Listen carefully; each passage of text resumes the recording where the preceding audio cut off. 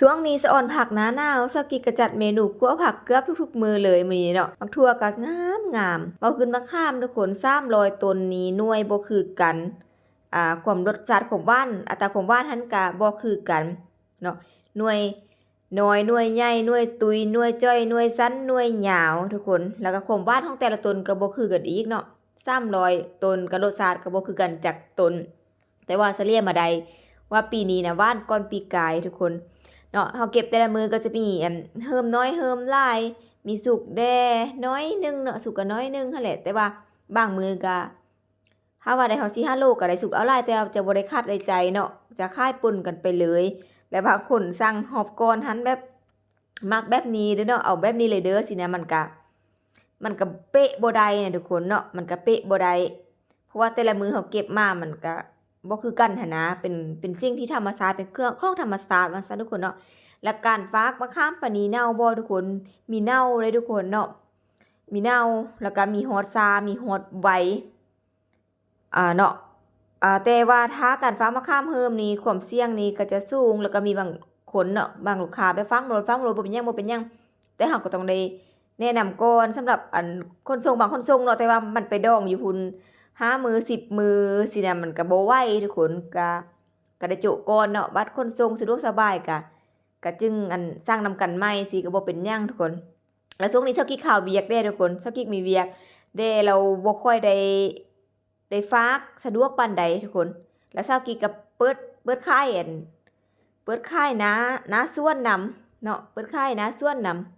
ำจะได้ค่ายนาสวนนี่จะได้หยุดฝากนี่ประมาณอาทิตย์นึงเนาะอาทิตย์นึงเพราะว่าสกิกมีเวียกเพราะจะบ่ได้มีเวลาแพ็คเวลาตอบลูกค้าหั่นนะแล้วก็เวลาแพ็คแล้วส่งแล้วเนาะก็จะได้มาไล่ส่งบิลอีหยังสินะมันก็ใช้เวลาอยู่หลายเติบเลยทุกคนเนาะแล้วก็บางคนก็เครื่องมีปัญหาสินะก็จะได้เคลียร์ถึงจุดนั้นเนาะเรา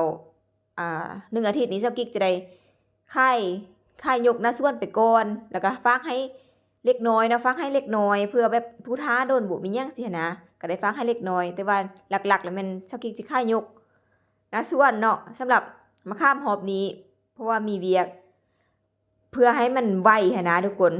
ถ้าว่าเฮาตอบลูกค้าใช้เวลาตอบลูกค้าแพ็คส่งหั่นน่ะมื้อนึงเต็มๆเลยเด้ทุกคนเนาะแล้วก็สิได้ไปเร่งเก็บมะขามหยังสิแล้วรู้สึกว่าเฮาบ่ไหวเนาะอันใดที่เฮาบ่ไหวเฮาก็ต้องได้ตัดออกไปก่อนเฮาก็ค่ายหน้าส่วนอีหยังไปก่อนสิเมื่อเฮาเคลียร์เวียกหยังแล้วก็จึงกลับไปฝากคือเก่าทุกคนแต่ว่าก็สั่งได้มาได้อยู่แต่ว่าถ้าบ่ได้ตอบบ่ทวงบ่ทันผู้ใดก็ขอโทษขออภัยเด้อให้ฮู้ว่าเจ้ากิ๊กบ่สะดวกปานใดช่วงนี้หันนะเนาะก็ขอค่ายหน้าส่วนก่อนแล้วไผอยากมาซื้อหน้าส่วนก็ซื้อได้ทุกคนค่ายหน้าส่วนมันก็จะถือก่อนราคาฝากไปอยู่แล้วทุกคนอันนี้เนี่ยเข้าใจง่ายๆเนาะจะถือก่อนราคาฝากไปอยู่แล้วเพราะว่ามันจะบ่ได้เสียเวลาหลายเด้ให้ทุกคนมาเอาเลยเนาะบ่ได้แพ็คใส่แก๊สใส่หยังเนาะเอาใส่ถุงยางหรือว่า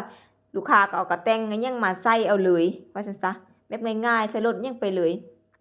เนาะถ้าว่าเฮามาฝากสิเฮาได้ตอบลูกค้าล่ะมาจดลิสต์รายชื่อมาแพ็คมาฝากส่งบิลอิหยังสิก็ใช้เวลาอยู่หลายทุกคนเนาะแต่ว่าฝากบ่ก็ฝากแต่ว่าฝากน้อยลงเนาะฝากน้อยลงภายในอาทิตย์นี้น่ะเดี๋ยวไว้อาทิตย์ต่อๆไปหันก็จะให้ทุกคนได้สะดวกสบายกว่าเก่าเนาะบางเทื่อก็รับเครื่องเองได้ที่นครหลวงอีหยังก็อาจจะมีเนาะแบบนี้หันนะแต่ว่าช่วงนี้นี่ทยอยฝากให้น้อยแต่ว่าเปิดขายหน้าส่วนแล้วทุกคนราคาหน้าส่วนก็ถึกใจแฮง